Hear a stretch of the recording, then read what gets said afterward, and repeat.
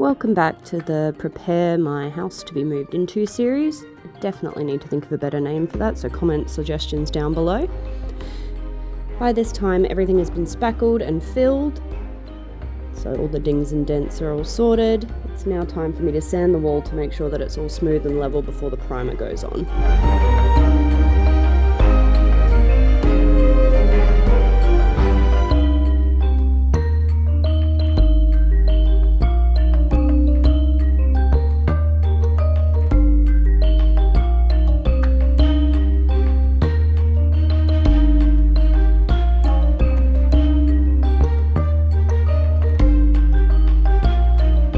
Thanks so much for watching. Up next, we will be getting on to priming the walls before we get them all painted.